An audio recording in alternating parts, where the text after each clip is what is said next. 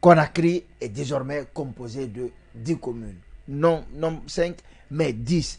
Quelle est la retombée de cette situation? Nous avons entendu le ministre de l'administration du territoire et de la décentralisation, M. Morikonde, dire que dans toutes ces nouvelles communes-là, il va y avoir la construction de commissariats de police, mais également de gendarmerie. Alors, la première question, c'est quelle est l'implication juridique, docteur, de ce nouveau redécoupage administratif? Juridiquement parlant, est-ce que c'était justifié aussi?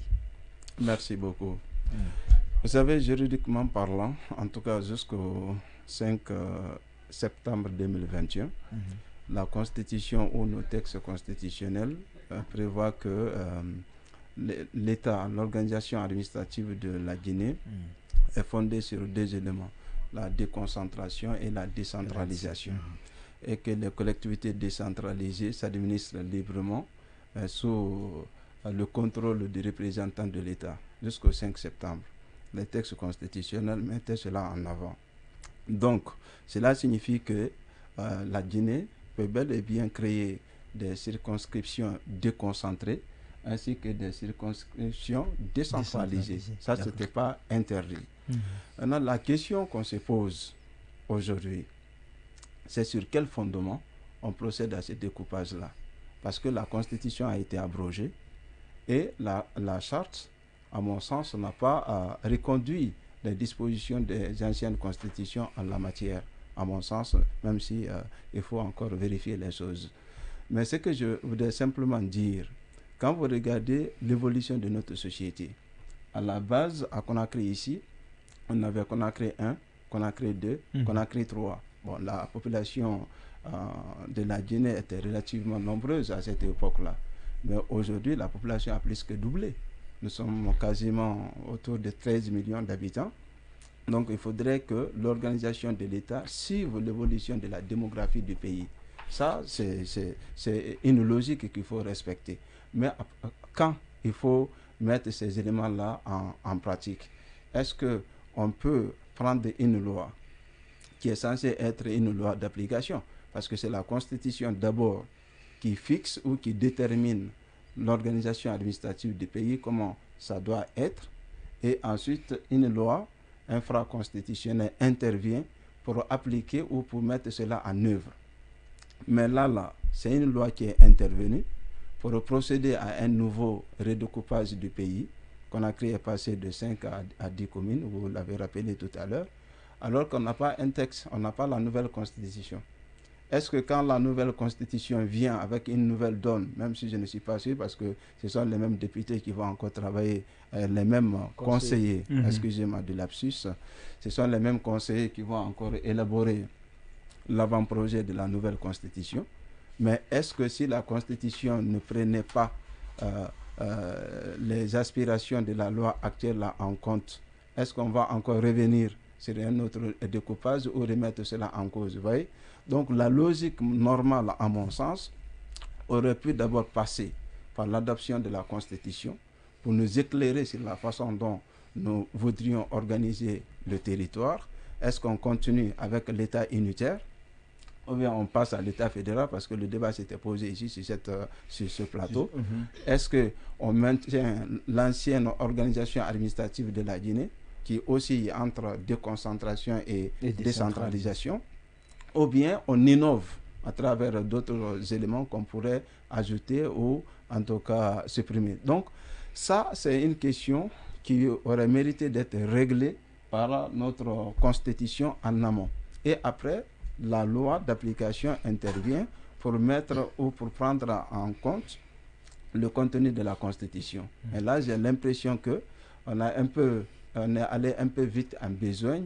Est-ce que c'est parce que ces mesures-là sont plus faciles à appliquer pendant que nous sommes en transition que pendant un temps normal? Est-ce que c'est ce qui a poussé les conseillers à aller vite en besogne? Ou, je n'ai pas toutes les informations, mais en tant que juriste, je pense qu'on aurait pu d'abord régler la question constitutionnelle et ensuite passer au texte d'application. C'est la logique que j'ai défendue depuis le début et cela est valable même pour le code électoral ainsi que toutes les autres lois infraconstitutionnelles qui nous permettront en tout cas d'appliquer le contenu de la nouvelle constitution pour sortir de la crise et de la transition. Alors, Seydou Diané, je voudrais savoir quelle est l'implication ou quelles sont les implications juridiques de ce nouveau redécoupage? Les implications juridiques aujourd'hui qu'on pourrait tirer donc, de ce nouveau redécoupage administratif opéré tout récemment donc, par le CNT, le Conseil national donc, de la transition, c'est de comprendre aujourd'hui est-ce qu'en République de Guinée, il est permis ou disons quelles sont les formalités, n'est-ce pas, à adopter pour qu'une nouvelle commune soit ici, donc créée ici. Et le docteur posait une question éminemment intéressante ici, mais je crois bien que cette question relève un peu d'un point de vue donc, de la doctrine, ce qui contribue donc à l'enrichissement donc du droit. Oui, du droit ici, à l'évolution du droit ici. Mais en Guinée déjà, le problème, je crois bien qu'il est déjà résolu. À partir du moment où nous avons un code révisé donc, des collectivités locales ici, qui détermine comment on peut créer les communes en République de Guinée ici, et comment on peut scinder les communes en République de Guinée ici. Donc, en faisant allusion à ces textes ici, les dispositions donc, des articles 16, 17, 18 et suivants du même code ici, on comprend les formes et la procédure indiquée ici. Il a évoqué un aspect important ici.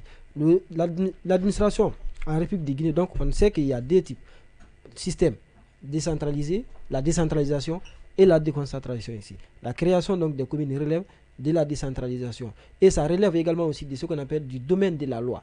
Ça veut dire que c'est seulement sur le fondement donc d'un texte législatif qu'on peut créer une commune ou disons une commune rurale ou une commune urbaine à la matière ici. C'est ce qui fut fait. Donc la procédure a été respectée à la base. Donc, au préalable, la procédure a été respectée ici. Maintenant, comme vous posez la question, les implications, parce que ça a des conséquences juridiques au terme. Ce sont des quartiers qui ont été scindés ici, qui avaient donc ce qu'on appelle les ressources, disons qu'ils disposent des ressources, et il se peut également aussi que l'ancienne commune ici ait ce qu'on appelle, avait des biens préalablement dans les nouvelles communes qui ont été créées ici, ou qui ont été scindées ici. Donc, tout revient ici à ce qu'on appelle ici à quelle commune il faut affecter donc ces services sociaux de base ou disons les services publics qui existaient au moment ici. Donc la loi a répondu n'est-ce pas, à cette question ici pour dire que donc si il y a une nouvelle commune qui disons avec l'avènement donc de la création d'une nouvelle commune ici, les biens qui sont les anciens biens donc, qui sont situés sur la nouvelle commune ici deviennent ce qu'on appelle la propriété donc, de la nouvelle commune ici. Donc ça veut dire qu'on quitte donc, du régime de l'ancien, ça quitte sous la propriété donc, de l'ancienne commune pour être la propriété donc, de la nouvelle commune ici. Et c'est pourquoi on parle donc de l'enquête parcellaire. Ça veut dire qu'il y a une délimitation donc, qui est créée. Donc les nouveaux biens vont être créés absolument, comme l'a dit le ministre de l'administration ici. Cela va s'ajouter également aux anciens biens donc qui sont considérés comme les biens donc de l'ancienne commune ici. Ça c'est un aspect qui est aussi important ici. Autre implication juridique aussi qu'on pouvait relever ici, c'est par rapport à la population, à l'expression donc la démographie donc de la nouvelle commune ici. On se pose la question, est-ce que ça a été respecté ici? Quand vous prenez donc justement l'article 27, 26 encore, on comprend ici, les communes rurales ici sont obligatoirement, pour créer une nouvelle commune ici, il faut avoir ce qu'on appelle au minimum 5000 habitants ici, ainsi de suite. Et pour les communes urbaines ici, on a ce qu'on appelle ici 10 000 habitants ici. Donc le découpage qui a été fait ici, est-ce que ces communes-là, les nouvelles communes-là vont avoir donc ce qu'on appelle ici ces populations indiquées par le texte, donc par le code de révision des collectivités locales ici? Je pense bien qu'il y a eu une enquête qui a été menée ici et le rapport donc d'adoption donc de la loi ici en fait état donc pour dire qu'ils ont tenu compte de toutes ces implications ici, donc pour dire que la procédure a été respectée ici, donc pour la création donc de ces nouvelles communes. Nous avons entendu le ministre M. Dillon dire qu'il va y avoir la création de postes de police mais également d'escadrons.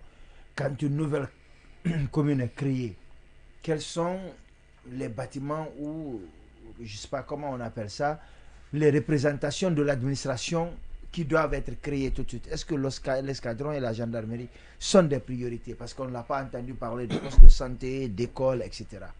Bon, est-ce que la loi s'est prononcée dessus? Oui, M. Yassine, permettez avant de répondre à votre question, je voulais juste rajouter un élément qui est en rapport avec les implications juridiques. Il faut rappeler que tout ne peut pas se passer de façon rose. Hein. Il peut arriver qu'il y ait des conflits qui naissent de ce nouveau découpage.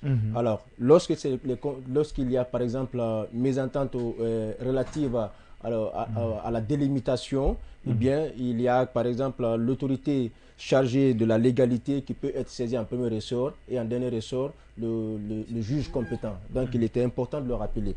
Alors, pour revenir maintenant à votre question, c'est vrai, aujourd'hui on a comme l'impression que ce qui taraude l'esprit de nos gouvernants, c'est de contenir l'aspect sécuritaire, ce qui n'est pas mal en soi parce que la mission de police administrative est une des missions les plus anciennes, pour ne pas dire la première, hein, de l'administration. Mais au-delà, c'est quand même un peu offusquant que le ministre de Mori Kondé se limite, hein, à parler seulement, hein, des postes de police et de la gendarmerie.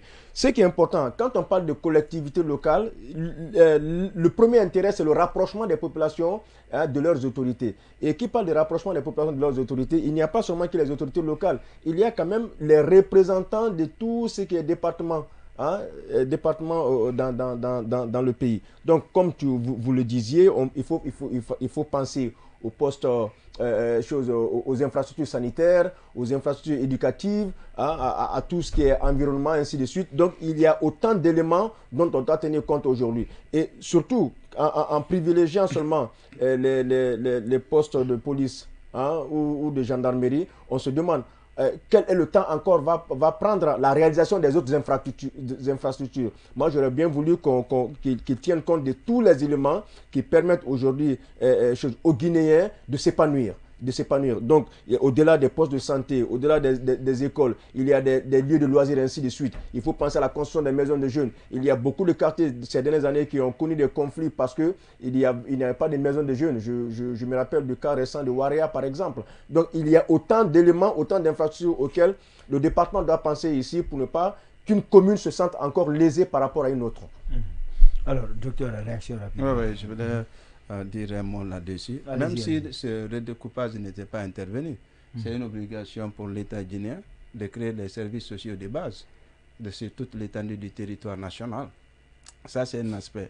Mais à partir du moment où le redécoupage là est intervenu, les nouvelles communes, bien sûr, doivent avoir des infrastructures de base.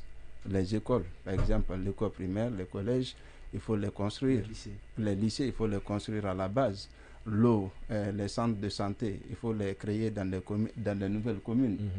Si l'ancien centre de santé se trouve sur le territoire d'une circonscription A, maintenant les nouvelles collectivités érigées en communes doivent avoir leur propre centre de santé. Mais cela ne signifie pas qu'en attendant, quand quelqu'un est malade, il ne peut pas se rendre dans l'autre centre de santé. Nous sommes encore dans un état unitaire, donc toutes ces possibilités sont là. Mais la création de ces communes-là va forcément passer par une transition, comme M. Diané l'a rappelé tout à l'heure. Il y a des questions qui vont être réglées à la base entre les communes, et je pense qu'avec la tutelle du ministère de l'administration des territoires, ce ministère pourrait s'impliquer dans le règlement de beaucoup d'autres choses en aval, même si d'autres éléments aussi pourraient revenir à la justice, comme Maoumi l'a dit. Donc, en fait, moi, c'était simplement une question de procédure et de logique que j'avais soulevée. Mais à partir du moment où c'est fait, il faut s'inscrire dans cette logique et commencer à œuvrer dans l'intérêt des populations à la base.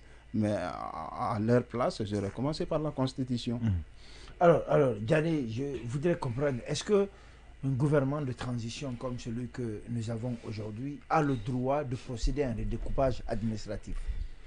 Un gouvernement de transition qu'on a aujourd'hui a-t-il le droit de procéder à un découpage administratif? C'est une question qui fait rire.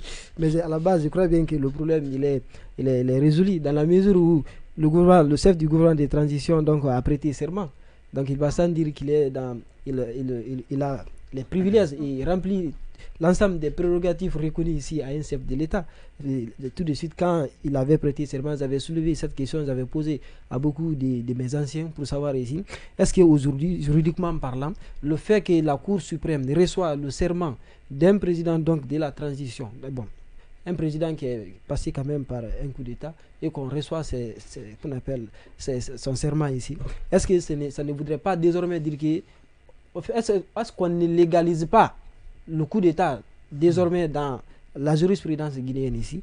En tout cas, jusqu'à présent, la question n'a pas été répondue ici à satisfaction ici. Donc, à partir du moment où il a reçu serment, il a été investi comme chef de l'État ici, et va sans dire qu'il dispose de ce qu'on appelle la conduite, la politique de la nation ici, et qui parle de politique, la conduite de la politique de la nation, la politique de la décentralisation entendue par là. Donc, il va sans dire qu'il peut faire des propositions de loi, donc pour procéder à un découpage administratif ici, si jamais les textes afférents, donc c'est-à-dire sont respectés ici, donc je pense bien qu'il y a le problème ne se pose plus. Alors, docteur, vous voulez réagir? Je vous ai vu sourire, vous semblez ne pas être d'accord avec ce qui a été dit. Bon, en tout cas, je suis sur le même plateau que M. Diané. Je pense que comme il y a des étudiants, vous savez, je donne le cours de droit constitutionnel, il y a des étudiants qui nous suivent. Or, moi, j'ai dit à ces étudiants-là que ce sont les élections qui légitiment un chef de l'État dans une république. Donc tout ce qui n'est pas passé par l'élection tombe dans l'exception en quelque sorte en ce qui concerne le choix du président de la République. C'est pourquoi on dit que nous sommes dans une période d'exception.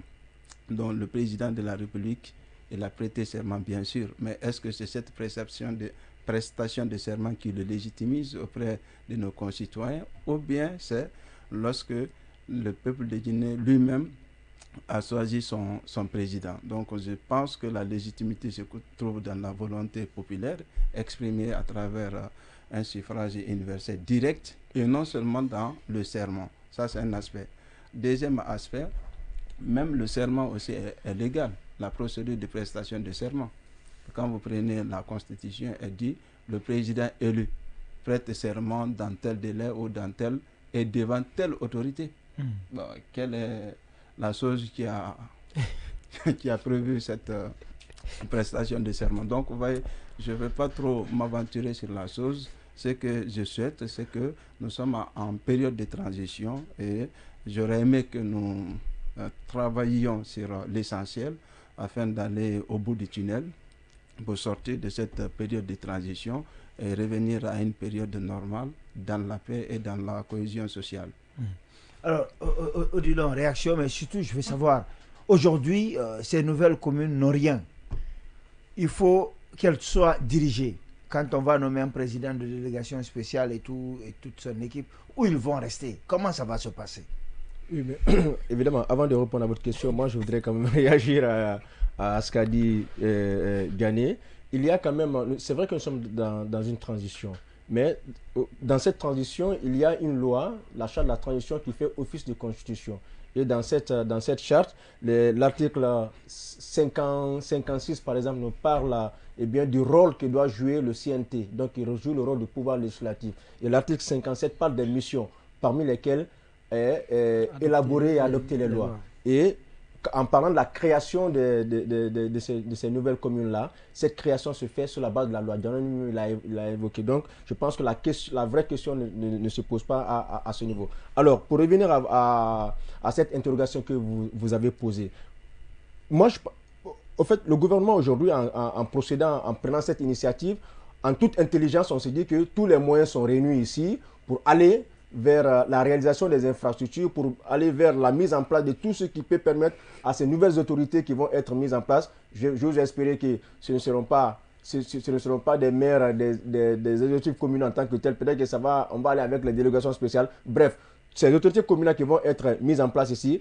on doit créer des conditions, des éléments, des infrastructures qui les permettront vraiment d'exercer leur mission telle que définie par la loi. Ça sera encore plus révoltant, plus sidérant, qu'on se rende compte que, oui, on a créé de nouvelles communes, de nouvelles autorités communales devront être désignées et installées et qu'on ne sache pas où elles vont être installées, comment elles vont travailler, est-ce que les moyens sont là pour être mis à leur disposition. Donc ça serait révoltant. Je pense que nous avons un gouvernement qui quand même est doté d'une certaine intelligence et que ces mesures en amont sont déjà prises.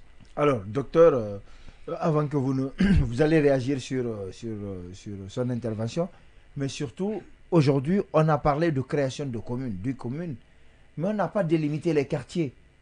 Comment les citoyens vont savoir? Comment ça va se passer? Est-ce qu'ils sont obligés de dire c'est de tel quartier à tel quartier, ou bien les citoyens doivent aller dans une commune jusqu'à ce qu'on te dise ici c'est bon, c'est ta commune ça? Comment ça va se passer? Oui, vous savez, là c'est une première étape qui vient d'intervenir là avec le nouveau découpage territorial de notre pays. Et la question que vous posez, ce sont des choses qui vont suivre après. En fait, c'est le début de tout un processus. Et c'est la même chose pour les services sociaux de base qu'on a évoqués. À partir du moment où, par exemple, Béchia, Tombolia ont été érigés en commune, on va encore travailler pour savoir maintenant cette commune va commencer où pour finir où et quels sont les différents quartiers et secteurs qui vont contenir dans cette commune-là. Donc, ce travail de précision ou de reprécision va suivre après, en aval. Mais c'est sur quoi je voudrais intervenir. Vous savez, dans ce pays, on a connu trop de va-et-vient. Ne serait-ce que quand vous regardez le nombre de constitutions qu'on a connu en l'espace de 65 ans. La moyenne, c'est quasiment 10 ans. Ce que je veux dire, nous sommes bien sûr régis actuellement par la charte. Mais n'empêche, on travaille sur notre future constitution qui va, à mon sens, arriver dans les temps à venir. Je ne sais pas quand précisément, mais ça va arriver parce que ça fait partie des missions du CNT. Et cette nouvelle constitution viendra avec des précisions. Elle va forcément définir la forme de l'État. Parce que dans notre coutume constitutionnelle, ça a toujours été le cas. La forme de l'État est définie par la Constitution. Ce n'est pas une loi qui définit ça. En tout cas, même si c'est une loi fondamentale qui définit ça. Et c'est lorsque cette définition est faite, maintenant que les lois d'application interviennent pour mettre cela en œuvre. C'est pourquoi j'ai dit, je n'ai pas dit que le CNT n'est pas en mesure de prendre une loi pour faire ceci ou cela, mais logiquement, j'aurais aimé pour gagner en temps. Parce que moindre erreur dans la nouvelle constitution, si par exemple on ne prend plus en compte la déconcentration, on fait comment? Aussi, on maintient simplement la déconcentration, la décentralisation est supprimée, on fait quoi? Donc la loi qui a été votée quelques mois sera remise en cause.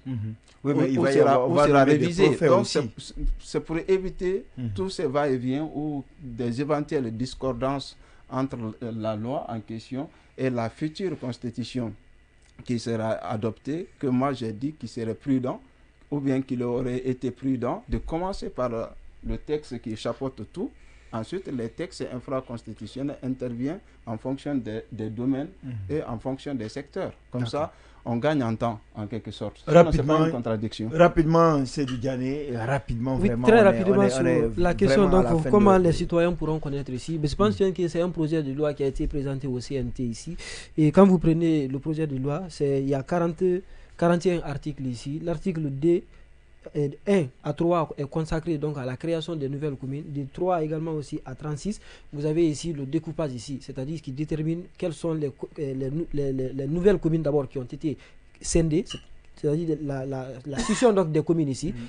Quand vous prenez, bon, les chefs-lieux sont d'ailleurs déterminés dans ce découpage ici. Donc la loi étant connue de tous à partir de sa publication qui est faite au journal officiel ici, les citoyens sauront, leur quartier relève désormais de quelle commune ici et quelles sont les limites donc de cette commune ici. Tout est inclus dans cette loi ici. Il faut s'approprier maintenant de cette loi pour comprendre ici quels sont les quartiers où vous relevez désormais de quelle commune ici ou de quel quartier.